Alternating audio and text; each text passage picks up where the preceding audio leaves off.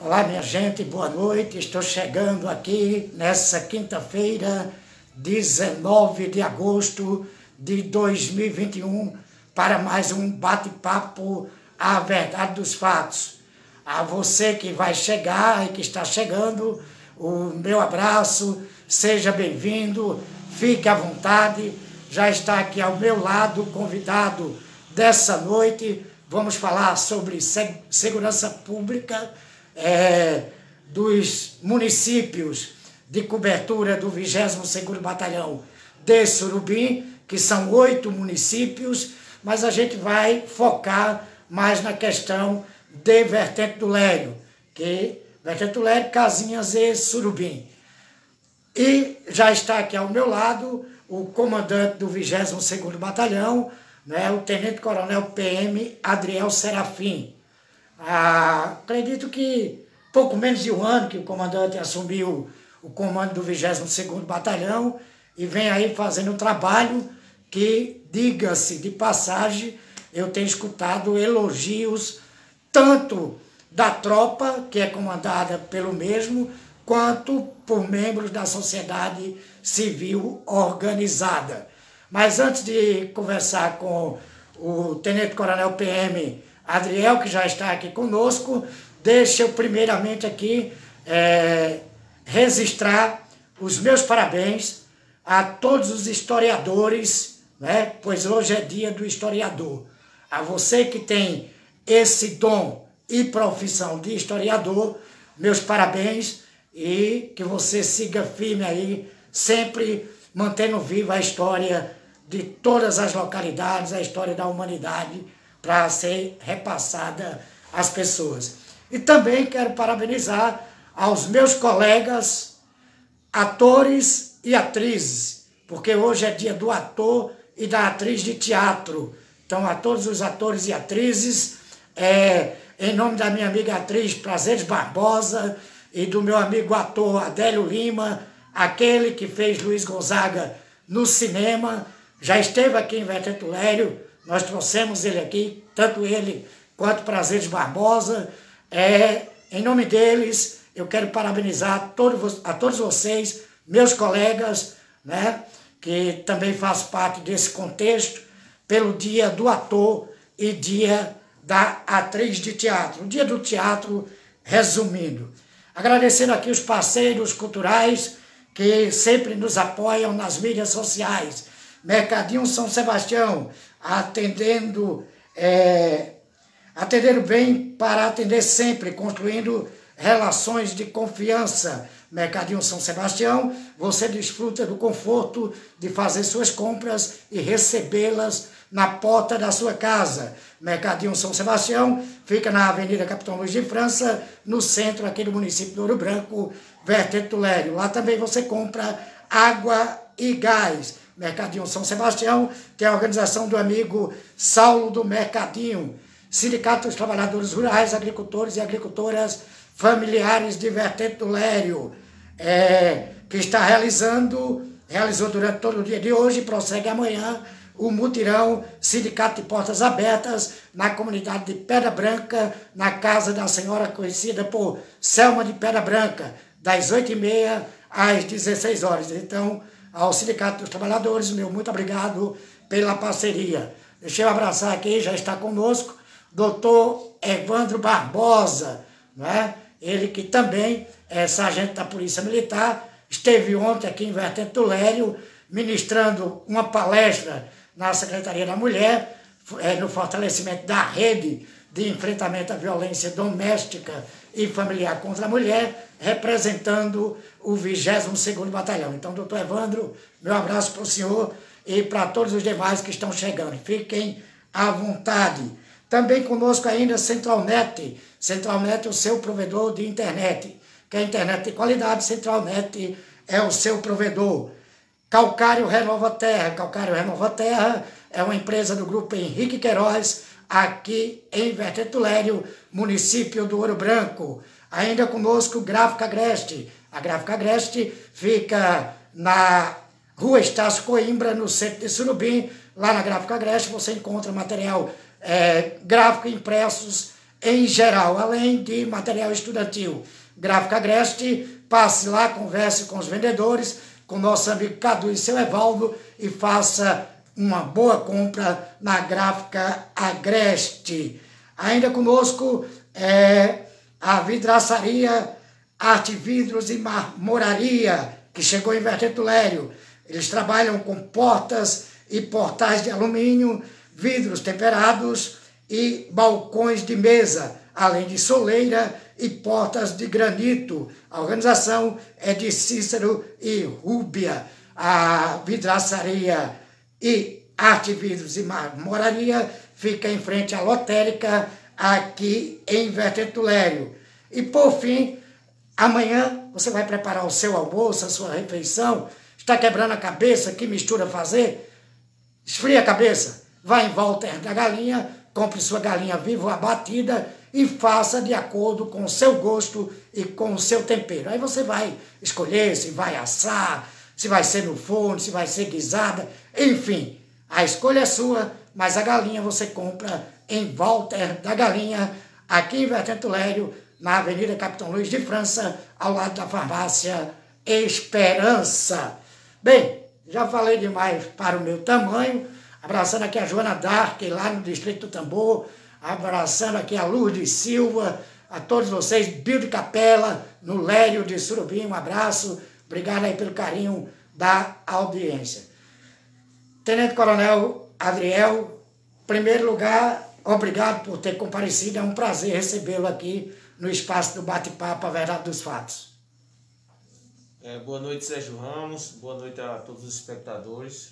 Para nós é uma grata satisfação poder estar aqui. A gente estava conversando um pouquinho antes de iniciar aqui o bate-papo, né, Sérgio, e da dificuldade que a gente teve até poder comparecer aqui, devido a essas dificuldades naturais do problema que a gente vem atravessando relativo a essa pandemia da Covid-19. Então a gente conversou um pouco antes e debatendo aquela dificuldade de aproximação de alguns projetos, de alguns programas, de algumas ações da Polícia Militar de aproximação com a comunidade, aquele trabalho de polícia comunitária. Então a gente aos poucos está voltando à normalidade e aí, Sérgio, a gente pretende, dentro das possibilidades, dentro do possível, mas sempre que puder, a exemplo de ontem, como a gente teve aqui a presença do Sargento Evandro, fazendo uma brilhante palestra aqui, falando sobre a proteção à mulher. Então a gente pretende trazer de volta esses trabalhos de palestras e aproximação com a comunidade. Coronel Adriel, antes deixa eu abraçar aqui a Joana Dark, já abracei, ela diz boa noite, Sérgio, e dá boa noite ao Coronel Adriel que está aqui conosco. A Joana Dark faz parte do Sindicato Rural aqui de Vertente Lério, ela fica mais na delegacia sindical, lá no Distrito do Tambor. Coronel, primeiro, como foi para o senhor, né, que chegou em Surubim, podemos dizer, num momento que a pandemia já estava instalada?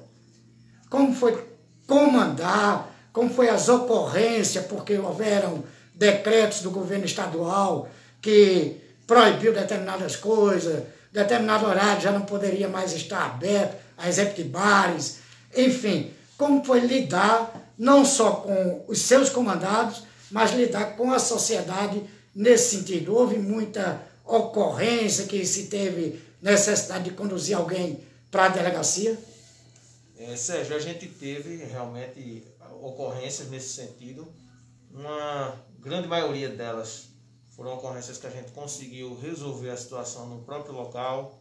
Então era aquela ocorrência de aglomeração, em que a gente chegava, orientava as pessoas e, em geral, em regra, as pessoas estavam bem receptíveis e não causavam nenhum tipo de embaraço, nenhum tipo de obstáculo ao serviço da Polícia Militar, e estavam realmente obedecendo. Então esse período foi um período conturbado, como você falou. A gente chegou aqui para assumir o comando do 22º Batalhão em dezembro do ano passado. A pandemia já havia iniciado desde março, no finalzinho de março do ano passado, 2020, e a gente veio desenvolvendo o trabalho. Então a gente teve algumas dificuldades, a gente teve algumas ocorrências, Algumas situações tiveram que ser conduzidas até a delegacia de polícia para que fossem adotadas as providências cabíveis em descumprimento aos decretos de pandemia. Quer fosse por uso de máscara, quer fosse por abertura de estabelecimento comercial fora do horário permitido. Então essas eram as ocorrências mais comuns que nós tivemos naquele momento. Então proprietários de bares, por exemplo, tiveram que ser conduzidos até a delegacia para responder porque estava descumprindo esse decreto estadual. No momento que estava tendo tanta proliferação do vírus, da doença, mas infelizmente algumas pessoas descumpriam e a gente tinha que lidar com essa situação. Algumas situações, não aqui em Vertentes, mas em outros municípios da área, tiveram inclusive chegar não só ao descumprimento, mas também chegar ao desacato. Então a tropa sente isso na pele, está no terreno e às vezes passa por essa situação. Na maioria, como eu falei no início, o pessoal soube ser educado, soube atender, soube encerrar o evento ou dispersar as aglomerações. Mas aí algumas situações, poucas realmente ocorreram, mas tiveram situações que eu não trouxe aqui especificamente, porque a maioria não aconteceram aqui em Vertente do Lério, mas na área de Surubim como um todo, porque como você falou, Sérgio, nós somos responsáveis, a unidade do 22º Batalhão, por 8 municípios aqui da região. Então a gente tem a primeira companhia com o município de Surubim e Casinhas, temos a segunda companhia com Santa Maria do Cambucá, Vertente do Lério e Frei Miguelinho, e temos a terceira companhia com as cidades de Bom Jardim, João Alfredo e Orobó. Então esses são os 8 municípios. Cada companhia dessa temos um tenente que é comandante dessa companhia à frente. Aqui o comandante da companhia é o tenente Dionísio, que inclusive a gente estava conversando há pouco, ele está com uma ocorrência nesse momento com a equipe da viatura do comando de recuperação de uma moto roubada, com 2 pessoas sendo conduzidas à delegacia, uma moto que estava clonada, estava com a placa, quando foi constatada a placa normal, mas quando foi verificar a numeração do chassi não batia. Então essas pessoas foram conduzidas, 2 pessoas que estão envolvidas, até a delegacia de plantão para que fossem realizadas as providências necessárias nesse sentido. Então o tenente Dionísio é o comandante da companhia, já está aqui antes que eu tivesse assumido o comando do 22º Batalhão, então é uma pessoa que é extremamente conhecedora da área, está sempre procurando dinamizar o policiamento e trabalhar atendendo inclusive as comunidades rurais. Você falou também de uma senhora aqui, salvo engano, Joana Dark, né? Que é do Sindicato Rural. Então essa moto foi numa incursão que foi realizada na zona rural de Frei Miguelinho, onde foi localizada essa moto. E a gente sabe que a gente tem as dificuldades naturais de viaturas, de efetivo, mas a gente, quando toma conhecimento das situações, quando toma conhecimento dos fatos e das notícias, então a gente tenta carregar da melhor maneira possível o policiamento para aquele local, para que a gente comece a controlar, identificar as pessoas e retirar de circulação esses indivíduos que vivem praticando crime e assolando as comunidades. Coronel Adriel, antes de adentrar nas coisas, principalmente aqui sobre Vertente do Lério, nessa questão de segurança pública, eu queria que o senhor pudesse passar alguma informação aí, porque já existe no estado de Pernambuco, aí criado pela SDS, Secretaria de Defesa Social, através das polícias, não é?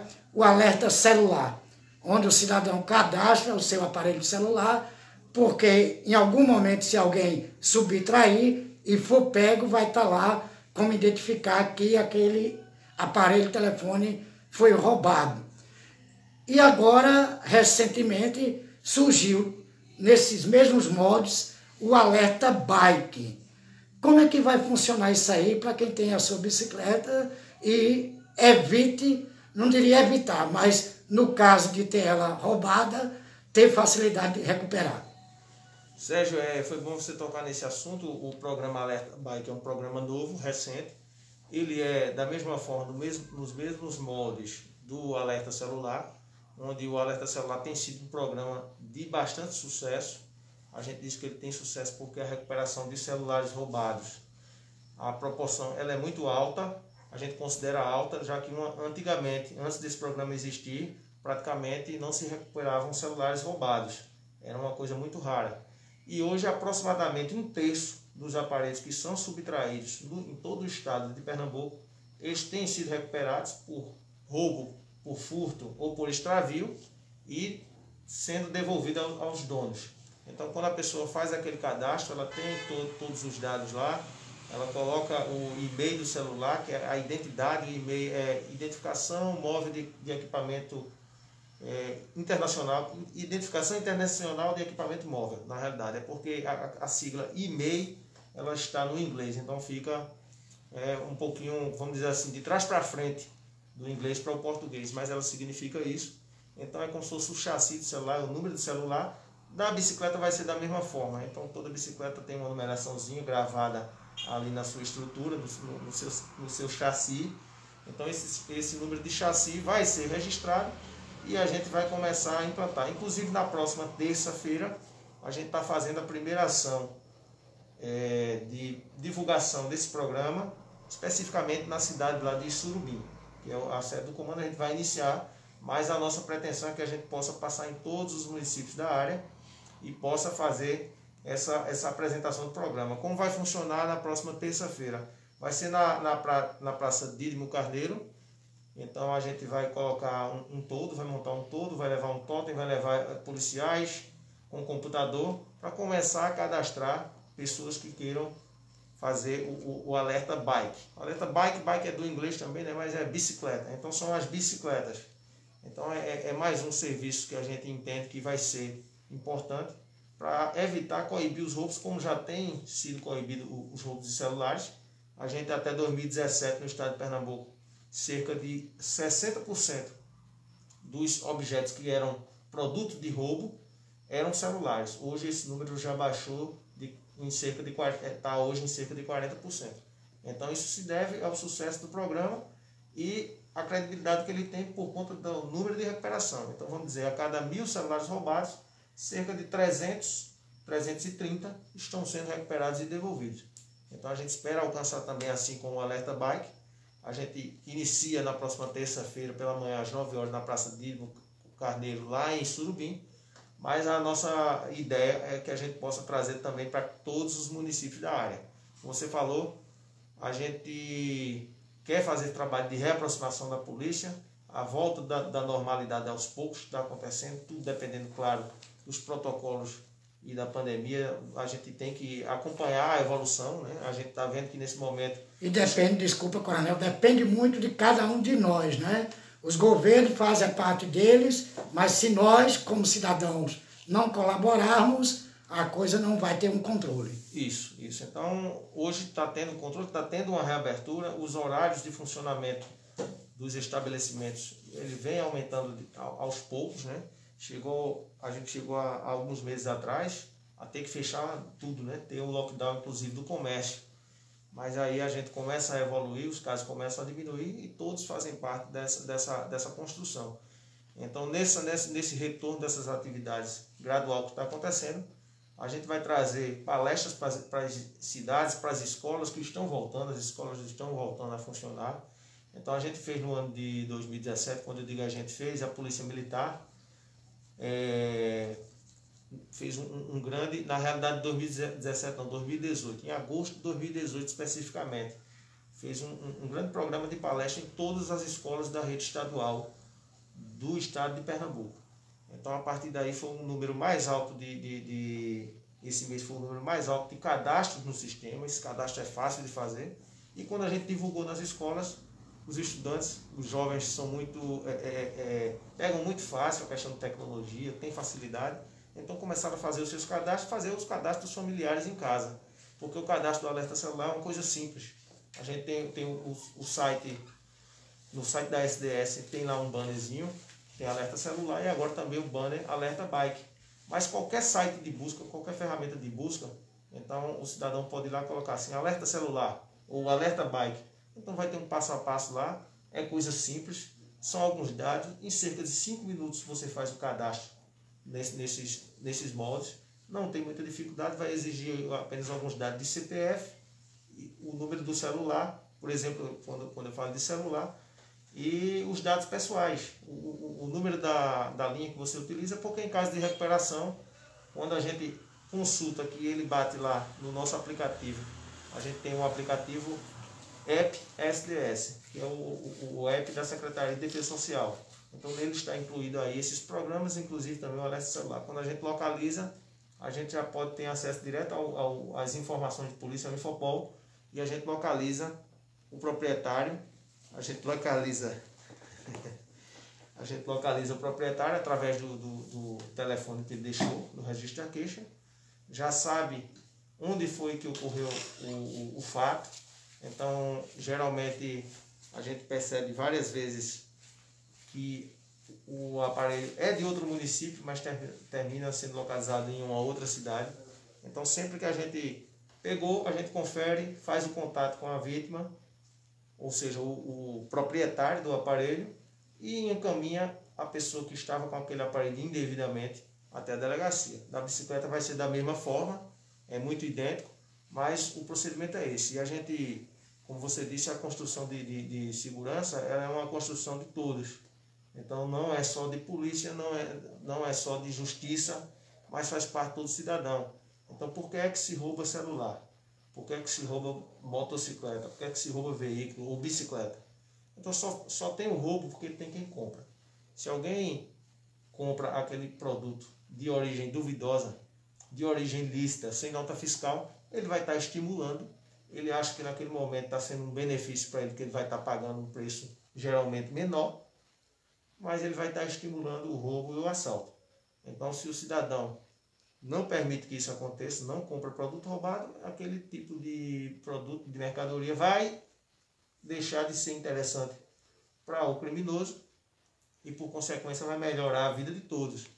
Então, a gente sempre diz, né, porque na Constituição Federal, o artigo 144 fala que a segurança pública é dever do Estado, mas ela também é uma obrigação, um direito, dever do Estado, mas também é responsabilidade de todos. Então, todos é toda a sociedade em si. E também na Constituição, nesse mesmo artigo, no parágrafo 5º, ele fala que a Polícia Militar especificamente, né, cabe a preservação da ordem pública e o policiamento ostensivo. Então, o policiamento ostensivo é esse que a gente está, é fardado, é em viatura caracterizada, então a gente está trabalhando, está tentando coibir o crime, está tentando se fazer presente, está tentando atender, que a gente está para servir. Nós somos servidores públicos e a nossa obrigação é essa, é de atender as pessoas. A gente tenta fazer de acordo com as nossas possibilidades, sempre o máximo que puder. A gente sabe que tem deficiência, sim, claro, nós temos. Mas a obrigação nossa é essa, é de servir, estamos para servir. Coronel Adriel Serafim conversando conosco aqui no bate-papo A Verdade dos Fatos. Ele comandante do 22º Batalhão, sediado em Surubim. Rapaz, deixa eu abraçar uma pessoa aqui que está aqui conosco, meu amigo. Fizemos várias palestras aqui em Vergentulério, parceria, não é? Meu amigo Tenente Coronel PM Edivaldo Francisco, que passou aqui no 22º Batalhão, hoje está na reserva, né? Está na reserva, mas uma pessoa gente fina, como cidadão, como policial durante o tempo que estava na ativa, também não deixou a desejar. Um abraço, Tenente Coronel Edivaldo, me honra lhe ver aqui acompanhando hoje, ao vivo, o seu colega aqui, não é? O comandante hoje do 22º Batalhão. Eu fiquei até um pouco triste, porque o Tenente Coronel Edivaldo, tão logo chegou ao posto de Tenente Coronel da PM, Polícia Militar de Pernambuco, resolveu afastar-se. Mas eu entendi depois que ele queria ficar um pouco mais próximo da família. Um abraço, Coronel. Sempre será Coronel, né? Tá aí, o Elton Silva com a gente, Dinho Farias conosco, todos vocês. Ele está dizendo aqui, boa noite, Sérgio, boa noite, comandante Adriel. Tá aí, um abraço. Que Deus possa abençoar o senhor e toda a sua família. Sérgio, se você me permite, queria fica à vontade. Saudar o nosso colega, nosso amigo, tá certo? Uma pessoa excepcional. Foi meu comandante. Ele foi comandante de Vitória de Santo Antão, do 21º Batalhão. Na época eu fui subcomandante dele, então a gente trabalhou junto ali um período. E foi logo depois, ele se aposentou justamente quando passou para a reserva remunerada naquele período. a gente só tem elogios a uma pessoa altamente competente, de grande educação, de grande companheirismo, de bom trato com todos, tá certo? Então, o Coronel Edivaldo, tá certo? Que ele, depois que foi para a reserva, então ele alçou a promoção ao último posto. Coronel, minha continência e respeito, e a gente está à sua disposição sempre. Vou voltar para fazer uma visita ao senhor aí em Bom Jardim. Tá aí. Deixa eu abraçar aqui o Roberto Pessoa, no Rio de Janeiro. Mais uma vez ao Coronel, meu abraço, né? Coronel Dantas também, um abraço. Hoje está advogando, né? Ele não visualizou aqui ainda não, mas eu já percebi que ele deu entrada ali. Não sei se aconteceu alguma coisa. Abraço para ele. Agora eu quero adentrar aqui. Deixa eu ver aqui o que foi que o Coronel Edivaldo colocou aqui para a gente. Ele colocou aqui: Coronel Adriel, grande abraço, meu irmão. Tá aí. Agnaldo Pedro, lá de Tamboatá de Bom Jardim, o repórter do bem conosco. Obrigado aí, Dadal Casinhas, blogueiro, nos acompanhando. Coronel, quando eu morava em Caruaru, trabalhava na Rádio Cultura do Nordeste, eu sempre que saía da emissora, eu era abordado no percurso até minha casa pela Polícia Militar, na época, umas 3 ou 4 vezes. E isso me fazia sentir-me seguro. Eu sei que cada comandante tem sua metodologia de trabalho. Como é a metodologia do Coronel Adriel à frente do 22º Batalhão? Lógico, ressalvando que nesse período tivemos aí a pandemia. Então, a restrição houve, mas não impediu das pessoas circularem. Qual a metodologia do seu trabalho, a orientação para os seus comandados nesse sentido de revista, de abordagem, a população no contexto geral? Sérgio, você lembrou uma situação que você morou em Caruaru, eu também trabalhei lá, eu passei uma boa parte da minha jornada naquela cidade, naquela área, inclusive quando a gente, aqui, Surubim era a 4ª companhia do 4º Batalhão, eu já trabalhava na época lá no 4º Batalhão, mas eu não era da 4ª companhia, eu era da 3ª companhia, que era sediada em Gravatá, e a 4ª era aqui, né, vizinho Surubim. Então, naquela época, a gente tinha uma quantidade de viaturas bem menor do que a gente tem atualmente. E, nesse caso, a gente conseguia, ou melhor, como a gente não conseguia uma capilaridade tão grande em distribuir o efetivo dentro de vários setores dos diversos municípios que existem em todo o estado de Pernambuco, então a gente tinha algumas operações que eram específicas e eram feitas de bloqueios nas estradas. Então eu acredito que naquela época era a Operação Paz nas Estradas que existia. Foi no final ali dos anos 90 até o início dos anos 2000 que ela funcionou. Mas a partir daí houve uma evolução, né? O crime ele não fica estático, ele não fica parado, ele muda sempre. Então se a gente deixar um ponto de bloqueio ali parado como era naquela época, em determinados locais o tempo todo, acontecia na zona da mata, no agreste, no sertão principalmente. O sertão era uma área que tinha muita dificuldade, aquela área de assaltos aos ônibus dos anos 90 para trás. Então hoje a gente tem uma dificuldade, uma dinâmica diferente no crime. Então a gente hoje faz alguns pontos de bloqueios, mas só que a gente faz mais itinerante, então a gente fica mudando, não fica com aqueles pontos fixos como tinha antigamente, por também naquela época ter menos recursos materiais. A gente tinha poucas viaturas para que pudesse patrulhar, então ficava naqueles pontos e ficava fazendo. Hoje a gente trabalha com as nossas equipes. Licença, Coronel. Esse cidadão, Mário Andrade, é fotógrafo lá do município de Casinhas. Ele está me dando boa noite, dizendo que está tentando ligar para o quartel e não atende. Depois, ao final, Sérgio, a gente vai passar os números atuais, pode ser que tenha algum número desatualizado, eu vou passar além do 190, mais 4 números que a gente tem no quartel. Então 2 são números de celulares, inclusive com o WhatsApp, e mais 2 números fixos. Então eu acredito que num desses 4 números, além do 190, o cidadão acredito que vai conseguir aí o contato, tá certo? Ok, mas prossiga seu raciocínio se não fugiu.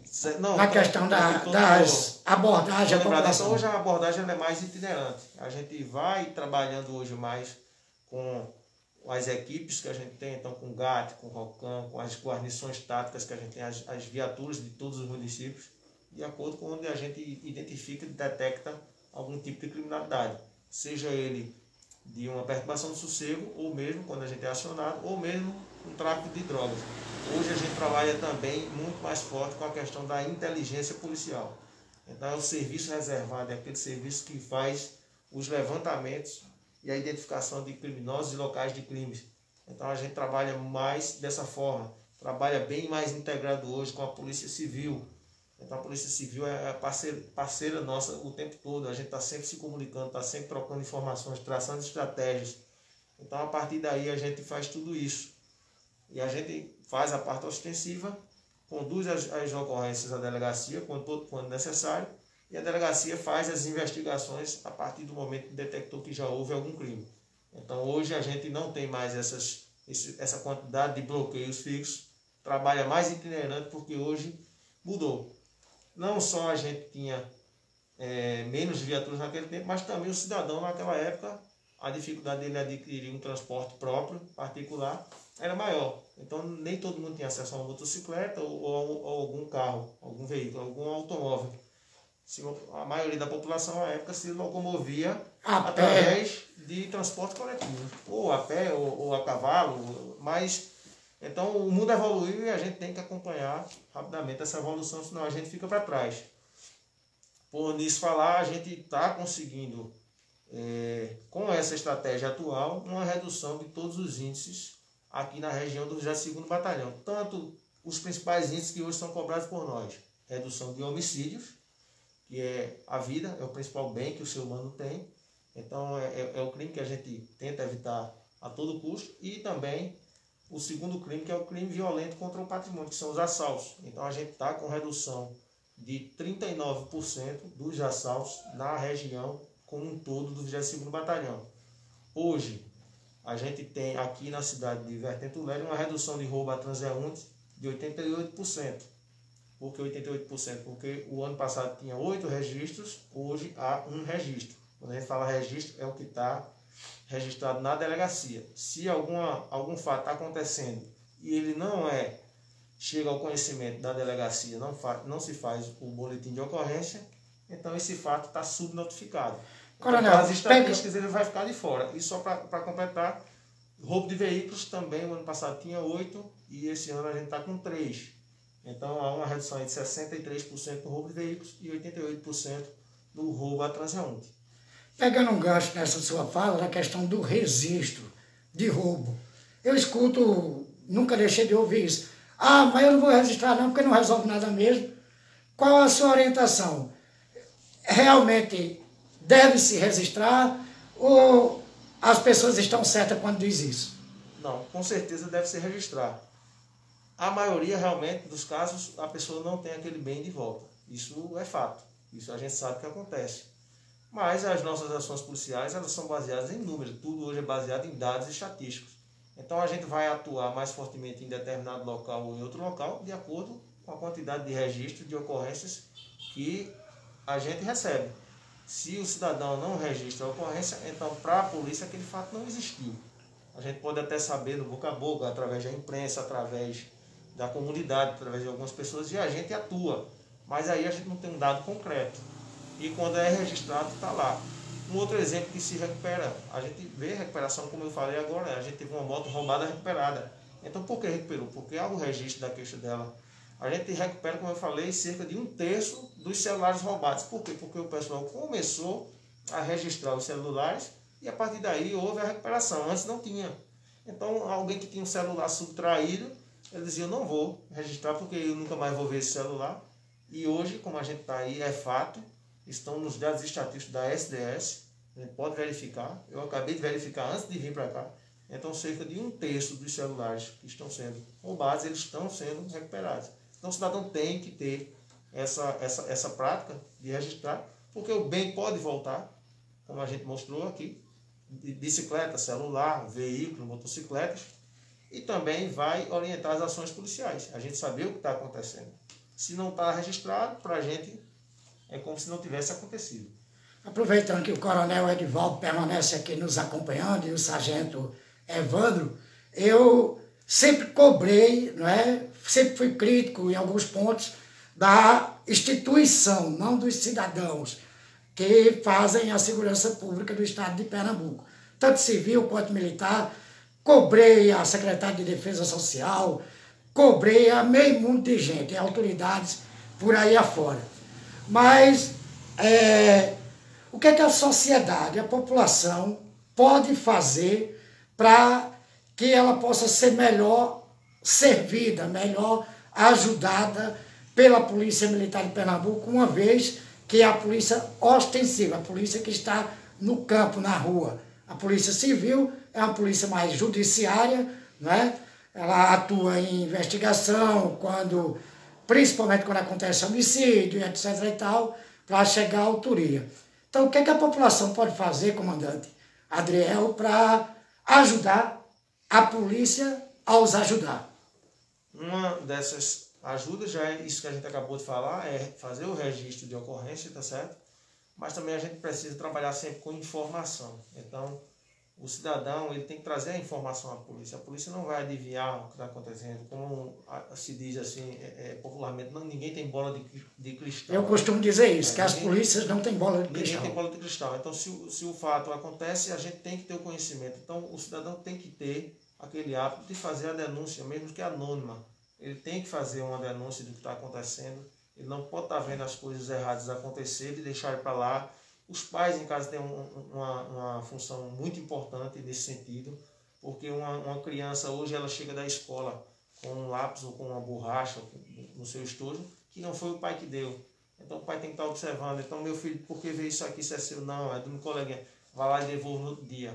O que é meu, o que é seu é o que eu lhe dei, é o que seus pais lhe deram. Então, meu pai dizia que se a gente visse um fósforo queimado, era para deixar lá, não era da gente, era para deixar lá. Porque é justamente isso, não foi a gente que trabalhou, que suou, que conquistou aquilo ali. Então é de alguém, geralmente vai ser de alguém. Se você encontrou um celular na rua, vai ser de alguém. Se encontrou uma carteira que caiu, um documento, algum objeto, é de outra pessoa, não é seu. Então a gente diz sempre isso. E quando esse tipo de coisa, quando a gente diz de uma criança que começa assim na escola, mas ela vai evoluindo, ele vai ficando maiorzinho, daqui a pouco ele chega com o celular, o pai vê e não diz nada. O pai, quando eu digo pai e a mãe, é os pais. Daqui a pouco ele vai chegar com uma motocicleta em casa. O menino nem trabalha, o rapaz nem trabalha, daqui a pouco chega com uma motocicleta. E o pai e a mãe se calam, escondem. Daqui a pouco esse menino vai estar no mundo do crime, e o mundo do crime só tem dois caminhos, infelizmente, que é ou cadeia ou cemitério. Como a gente sempre verifica esses dois caminhos principais finais.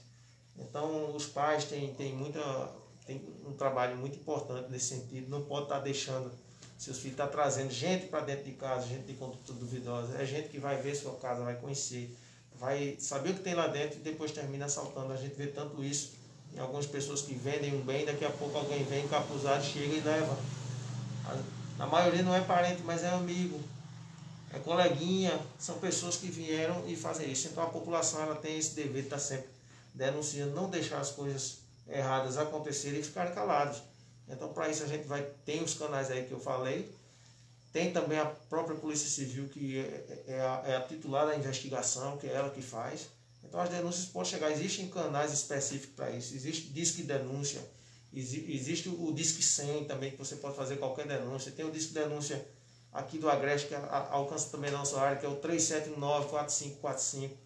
Então são canais que garantem o anonimato. Aquela pessoa que vai fazer aquela denúncia, ela não vai ser identificada. Até porque vai se levantar a partir dali se o crime ocorre ou não. E aí é uma questão de polícia, especificamente, e aquela pessoa passou a situação que está acontecendo, para que a gente possa averiguar. Sempre que a gente puder, a gente vai averiguar. A gente queria ter pernas para atender todas as demandas. Mas a gente recebendo qualquer demanda, a gente identifica, a gente passa para o serviço de inteligência, a gente comunica a nossa co-irmã Polícia Civil. Então as coisas vão acontecendo à medida que as pessoas vão falando, vão trazendo essas demandas para que a gente possa cada vez oferecer um serviço melhor e trazer uma paz social, trazer uma harmonia para as comunidades. Daqui a pouquinho eu vou tratar de dois assuntos, no mínimo polêmico, aqui com o Coronel Adriel, comandante do 22º Batalhão, convidado de hoje do Bate-Papo A Verdade dos Fatos. Mas deixa eu abraçar aqui o irmão Erasmo França, que está aqui conosco, né? Mário, tranquilo aí, Mário Andrade. Mas eu quero abrir um parênteses aqui para lembrar o seguinte: bastidores da política aqui em Vertente do Lério. No próximo sábado à noite, o Castro Neto vai estar reunindo pessoas da política de Vertente do Lério, de vários segmentos da política, desde o ex-vereador Saulo do Mercadinho, perpassando por doutor Estênio, que é o Esteninho, como a gente conhece, perpassando pelo advogado Hinaldo Pessoa, que já foi vereador, vice-prefeito aqui no município. Enfim, ele vai reunir vários colegas numa espécie de confraternização e no cardápio política, o futuro da política de Vertente do Lério. Então, sábado, devemos ter novidades nesse encontro que vai acontecer na casa, na residência do Castro Neto, que abre as portas de sua casa para receber alguns amigos. Coronel Adriel, comandante do 22º Batalhão, tenente-coronel, eu recebo muito aqui pedido de contato da Polícia Militar da zona rural do município, na questão de poluição sonora. São as chamadas vendas, os barzinhos que tem na zona rural e até mesmo aquelas pessoas que têm o seu veículo equipado com um som potente, que aí abre a mala e solta o som feito diz o outro. Como essa questão de reboque, de poluição sonora, se o próprio efetivo da Polícia Militar for passando em um determinado local e se deparar com um som, ele já aborda ou se faz necessário uma provocação de uma pessoa para que a polícia possa agir? Em regra, sim, Sérgio. Em regra, quando a gente já passa, que verifica a questão de um som alto, a gente já sabe que ali vai gerar uma aglomeração, já sabe que vai gerar uma perturbação, já sabe que vai gerar um conflito, principalmente com a localidade, com as pessoas, com os vizinhos. Então, primeiramente, as pessoas têm que ter consciência que o direito dela acaba quando termina onde começa o do outro. Então, se você liga um som, por exemplo, dentro de casa, mas eu estou na minha residência, eu posso ligar porque eu estou em casa para fazer o que quiser. Não, se você tiver com um som extremamente alto, vai incomodar o vizinho da direita, o vizinho da esquerda, o vizinho de trás, o vizinho da frente. Então isso aí vai gerar um problema e a gente pode ser acionado e ir até o local e ter que conduzir a pessoa e o equipamento até a delegacia. A gente também, nos casos em que a gente está agora, por exemplo, está começando a ver novamente essa questão de retorno das músicas ao vivo aos bares. Então, a população estava presa há muito tempo, muita gente saiu quando iniciou a abertura, tudo tal. E algumas vezes a gente está se deparando com essas situações e está fazendo a apreensão desses materiais. Outra coisa que a gente tem que trazer é que não existe isso de dizer que não, é porque até 10 horas da noite eu posso utilizar o som. Não, a perturbação do sossego ela independe de horário. Ela pode acontecer a qualquer momento das 24 horas que existe no dia. E é uma contravenção penal que está prevista lá, que é perturbar o sossego ou trabalho alheio, com gritaria, até com gritaria, com algazarra, com instrumentos sonoros, tá certo? Até um animal que você não toma o cuidado necessário, tipo um cão, um cachorro, que vai estar fazendo barulho e perturbando a vizinhança, pode ser enquadrado. E além de poder acionar também a polícia, aquela pessoa pode fazer um registro da queixa, tá certo? Na delegacia, caso não tenha sido alcançado pela Polícia Militar no momento em que acionou, porque, como eu disse, a gente não tem perna para atender todas as ocorrências. E a gente sabe que a maioria das ocorrências, principalmente perturbação do sossego, elas estão ligadas aos finais de semana, que é quando o pessoal não está mais trabalhando, vai ter a sua folguinha no final de semana e quer curtir, quer brincar. Mas tem que brincar respeitando o direito do outro. A gente não vai conseguir prender todos, mas mensalmente a gente tem várias ocorrências nos municípios de perturbação do sossego, com a finalização em delegacia, com o equipamento sonoro apreendido, desde caixinhas de som, aquelas pequenininhas que todo mundo hoje tem, conecta via Bluetooth, ou mesmo paredões de som que também são conduzidos até a delegacia de polícia. Ainda nessa questão de som, as igrejas, tanto evangélica como católica, espírita, enfim, os segmentos religiosos que faz uso de som, existe liberação também ou se enquadra na mesma coisa de poluição sonora e, paralelamente, perturbação do sossego? da mesma forma, elas têm que ter um ambiente adequado, uma acústica adequada, o isolamento acústico, se for o caso. A gente sabe que as igrejas, geralmente, elas não são muito acionadas para esse tipo de ocorrência, porque a igreja geralmente funciona num momento pequeno. Em regra, a gente sabe que algumas às vezes tem realmente um som muito alto, mas em geral elas atendem ali a um som que funciona dentro do ambiente, que não vaza tão forte para fora da comunidade, como você falou, um som de um veículo, um som automotivo, que o cara abre na calçada ali, no meio da rua, na frente da calçada, e ali perturba várias pessoas. A igreja ela vai ter vamos dizer assim, caso aconteça, se for o caso, vai ser algo mais limitado ali aos vizinhos mais próximos. Então aqui a gente não teve, nesse período que eu estou por aqui, nenhuma reclamação nesse sentido. Como se diz, já é costumeiro as igrejas funcionarem em determinado horário. A gente não tem tido esse tipo de reclamação. Mas caso haja, a pessoa pode tanto acionar a polícia militar ou fazer o registro na delegacia daquele fato que aconteceu, para que seja o responsável pela igreja chamado à delegacia para explicar ou conversar e resolver aquela situação. Tenente Coronel PM Adriel, comandante do 22º Batalhão, né? Sebastião Tião está lhe dando boa noite. Ele é servidor público municipal, trabalha, nesse horário ele deve estar no local de trabalho, que é em uma das creches aqui do município de Vertente do Lério. Tenente Coronel, outra coisa, estamos já caminhando para a parte final do bate-papo, a verdade dos fatos, outra coisa que é muito, ao meu ver, é polêmico. E dentro das condições, das possibilidades, eu gostaria que o senhor passasse aqui para quem está nos vendo agora e vai ver posteriormente. É a questão de moto. Eu escuto muito, sempre escutei, permaneço escutando, as pessoas se queixarem do seguinte: a gente não pode andar sem capacete. Mas a polícia, quando prende uma moto, o policial vai na moto sem capacete. Aí diz, inclusive, que o policial está errado. O que é que diz dentro das normas da própria instituição e a legislação? O ideal realmente é que, pela legislação, é que o policial pudesse andar com o capacete naquele momento. Mas muitas vezes que ele apreende a moto, ele aprendeu já de uma pessoa que está sem capacete. Então ele não vai se deslocar, vamos dizer, para procurar um capacete naquele momento e ficar a ocorrência aguardando. Então, por um estado de necessidade, que no meu entendimento é até um instituto da excludente de licitude, hoje, um dos institutos, que é o estado de necessidade, então, pela aquela necessidade daquele momento, a gente tem que conduzir. É como se alguém tivesse, por exemplo, fazendo um socorro de urgência e a pessoa sabe dirigir, mas não tem habilitação. Então, mas ela está fazendo socorro de urgência. É um estado de necessidade, é um estado de exceção. É um estado que não é normal. Não é normal. Podem observar que vocês não vão verificar, a população não vai verificar o efetivo da ROCAM transitando e fazendo policiamento sem capacete. Porque ali ele já tem o seu capacete, já tem a sua motocicleta específica, sabe que tem que usar. Além de equipamento obrigatório, é uma proteção para aquela pessoa. Mas naquele momento, por um estado de exceção, por um estado de necessidade, então esse tipo de fato ocorre uma vez ou outra.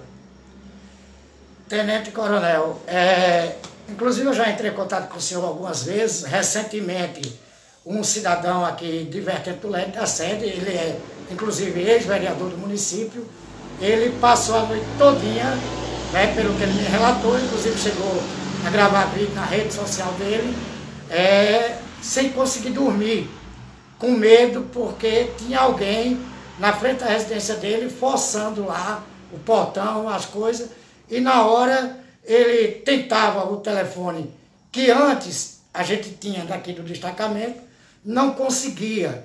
E, quer dizer, no outro dia ele disse que deu uma volta, que aí já é casa da Civil, depois eu vou procurar o delegado, e não tinha ainda quem pudesse o atender aqui na Delegacia de Polícia Civil. Como é que está essa questão? Não sei se o senhor pode falar, depende da sociedade civil organizada buscar, junto ao governo do Estado, ao secretário de Defesa Social, um melhor aparelhamento humano e também de material para que o nosso efetivo aqui em Vertente do Lério possa ser ampliado. Eu comentava com o senhor antes de entrarmos ao vivo, que há um tempo atrás, alguns anos atrás, aqui em Vertente do Lério, havia o destacamento aqui na sede e havia outro destacamento no Distrito do Tambor. Hoje só tem aqui. O que pode ser feito? Quais os meios legais para que a sociedade de Vertente do Lério possa contar com um aporte maior do efetivo da Polícia Militar? Essa questão de efetivo ela não é uma questão que é de hoje, né? É uma questão já bastante de tempos atrás. Então, essa questão ela está ligada diretamente à contratação dos serviços públicos através do governo do Estado, de acordo também com a dotação orçamentária que o Estado tem. Então, tudo tem dentro do limite de gastos, então o Estado vai contratando de acordo com a capacidade de verba que ele vai ter para trazer um número maior de policiais para trabalhar. Então, a gente tem em andamento agora, nesse momento, um curso de formação de oficiais e também um curso de formação de soldados. Então, esses cursos iniciaram agora no mês passado, no mês de julho, e a gente espera que com esses concursos em andamento, após o término, a gente consiga um incremento de policiais também aqui na nossa região. Então, a gente sabe que esses policiais que vão ser formados vão ser distribuídos para todo o Estado. Então, o Estado vai sempre trabalhar de forma a cobrir os locais onde está tendo a maior incidência de crimes. E a gente espera conseguir também algum reforço para cá, apesar de estarmos reduzindo a criminalidade, como eu falei, na área do batalhão, nos principais índices que são os de homicídios e os de assalto. Mas a gente espera que a gente possa ter um recompletamento para que a gente possa fazer essa manutenção e essa diminuição e cada vez mais evoluir nesse sentido de melhoria do policiamento, de mais ostensividade, não só da Polícia Militar, como também a Polícia Civil também está com concursos em andamento. Tem o concurso de delegado funcionando, tem o concurso da Polícia Científica de médico legista, de perito criminal, então de agentes de Polícia Civil, Corpo de Bombeiros. Então o Estado está fazendo vários cursos de formação ao mesmo tempo para que melhore todos os órgãos operativos da Secretaria de Defesa Social, que hoje são a Polícia Militar, a Polícia Civil e o Corpo de Bombeiros, que a Polícia Científica ela é um órgão da própria Polícia Civil. Deixa eu abraçar aqui Ricardo França, também aqui conosco, todos vocês, Nevinha Saraiva, boa noite, obrigado aí a todos vocês pelo carinho da audiência. Bem, Tenente Coronel Adriel, uma outra coisa aqui, eu já fiz vídeos antes, chamando a atenção, aqui em Vertente do Lério, me refiro a Vertente do Lério, alguns jovens de moto, que vez por outra, principalmente aqui nesse trecho aqui da PE, Dr. Evandro Cavalcante, rodovia 106, empinando moto. Se a viatura, o efetivo, pegar um desses rapazes, o que é que pode acontecer com eles? Eu tenho dito aqui, não é que não tenho nada contra nenhum deles, mas eu faço apelo para que eles deixem de praticar isso, porque eles estão colocando em risco a vida de outros e a deles próprios. E se eles têm vontade de fazer alguma coisa que tenha uma adrenalina, que eles procurem uma espécie de um autódromo, um local apropriado e façam isso. Eu queria, aproveitando a sua presença aqui, para ver se tenta sensibilizar esses jovens, caso a viatura se depare com algum jovem, com qualquer pessoa se comportando dessa forma em moto. Você já falou tudo aí, qual deveria ser a conduta, onde as pessoas deveriam que gostam desse tipo de manobra deveriam fazer, no autódromo, no local idêntico, no local similar. Outra coisa que, além dos acidentes que ele pode causar a ele ou a terceiro e destruir famílias, deixar pai, mãe aí triste, irmãos, eles também, esse tipo de acidente com moto principalmente, ele enche o sistema de saúde público, com pessoas que vão estar lá porque provocaram um acidente, e não foi um acidente que aconteceu por acaso, mas porque a pessoa procurou fazendo isso. Então termina onerando o Estado, que poderia utilizar as verbas e os gastos com outras coisas, por exemplo, com segurança, e termina tendo que gastar com aquela pessoa dentro do sistema de saúde, porque está ali uma pessoa com uma fratura, está ali com o braço quebrado, está com uma perna quebrada, passa dias dentro de um hospital, está tomando vaga de outra pessoa que precisa para uma outra situação, está numa UTI, então a gente sabe que o problema ele é muito grande. Uma coisa que parece pequena, que é só uma diversão para um jovem, uma adrenalina, mas além de tudo que você falou, ainda tem esse problema de saúde. Caso a viatura se depare com essas situações, e de vez em quando a gente se depara, é enquadrado em direção perigosa, é um crime de trânsito que dá autuação na delegacia. Então o procedimento vai ser encaminhado à delegacia e a motocicleta vai ser apreendida. Caso a pessoa também tenha habilitação, essa habilitação também é recolhida e a pessoa vai ter que passar pelos procedimentos de DETRAN novamente. Para a gente finalizar, Tenente Coronel PM Adriel, comandante do 22º Batalhão, nosso tempo já chegou. Uma coisa que ainda hoje as pessoas têm receio.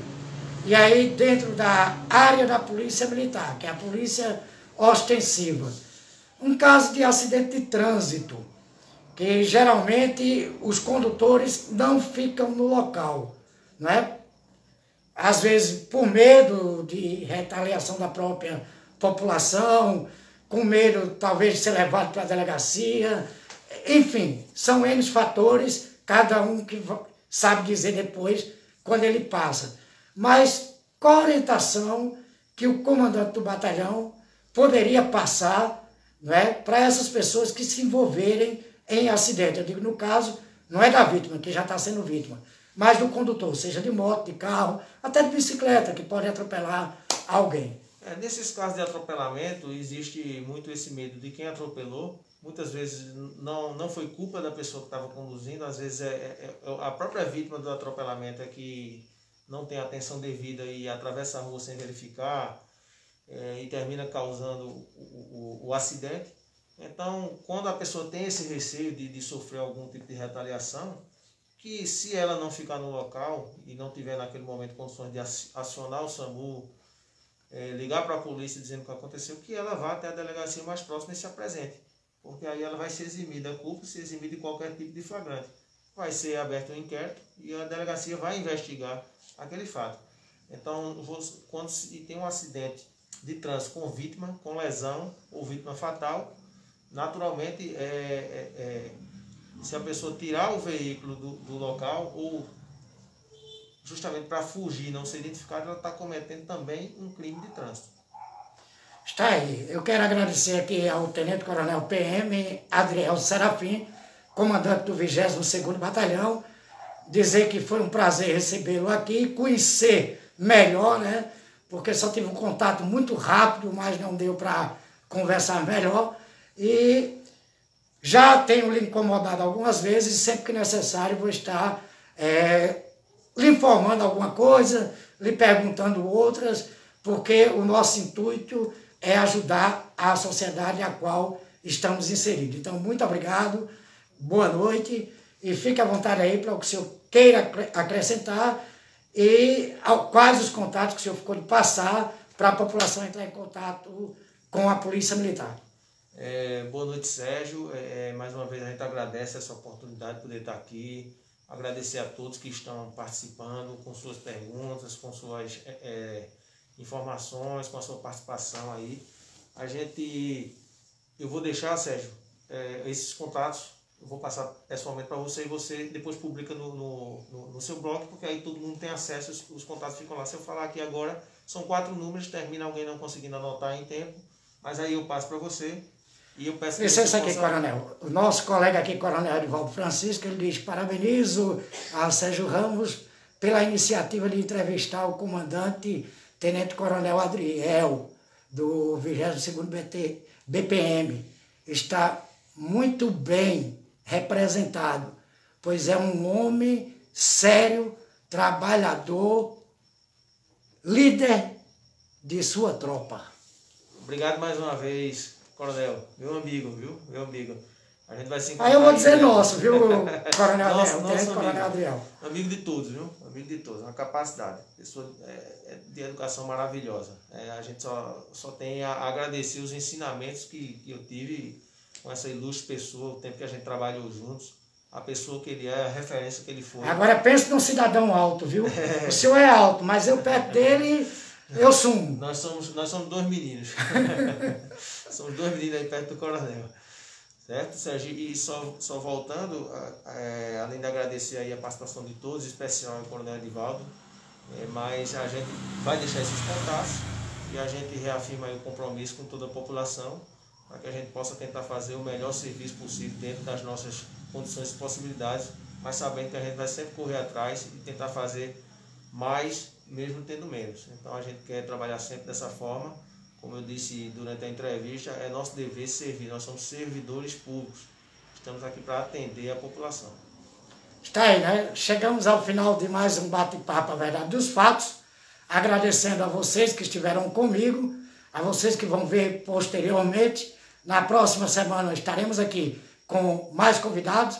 O bate-papo está voltando gradativamente, porque a pandemia ainda não acabou, e aí nós precisamos manter os cuidados, até porque Pernambuco, o secretário de Saúde de Pernambuco, Dr. André Longo, disse que já está em circulação comunitária a variante Delta, então a gente precisa ter cuidado, por isso que o bate-papo não está sendo todas as noites, porque estamos com cuidado ainda, estamos voltando gradativamente. E lembre-se o seguinte, antes de você fazer a crítica a quem quer que seja, se coloque no lugar dela.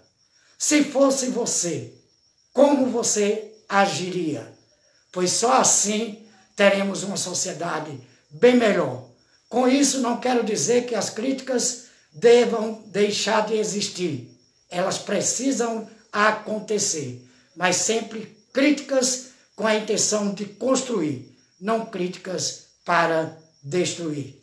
Um beijo no coração de todos, que o Senhor Jesus Cristo abençoe a todos e até o nosso próximo bate-papo, a verdade dos fatos.